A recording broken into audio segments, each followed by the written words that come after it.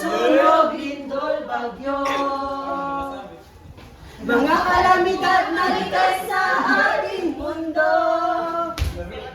Nagkakahamak ang buhay at kabuhayan. Kaya naman kailangan ang paghanda.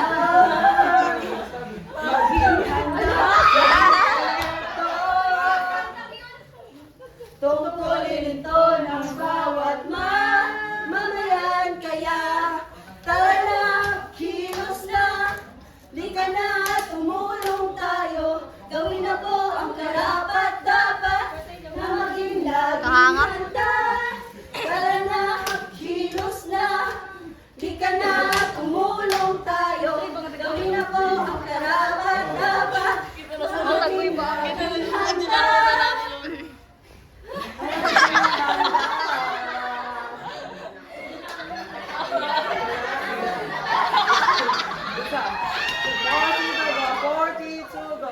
Kalamidad ay maaasahang darating sa di inaasahang oras.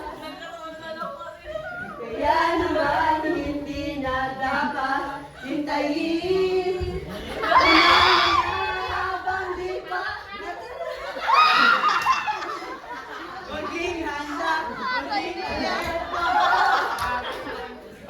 Tungkulin ito ng bawat mamayan. Kaya tara na, kilos na, lika na, tumulong tayo. Gawin na po ang karapat-dapat na maging laging handa.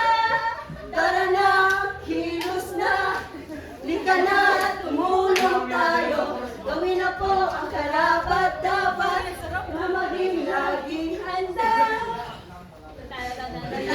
Manto, Tigo, sabihin mo mabuti ang iyong kapaligiran. Saan ka ba nakatira? Diyan ba ay bumabaha? Tubig ang magpagkain ko, magpasindi at susiti.